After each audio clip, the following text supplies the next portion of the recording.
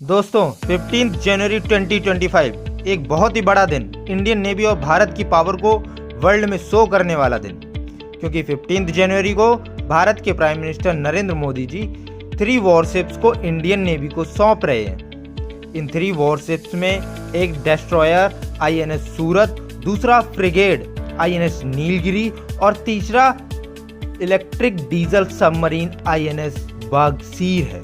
और सबसे गर्व की बात तो ये है कि ये सभी भारत में ही बने हैं।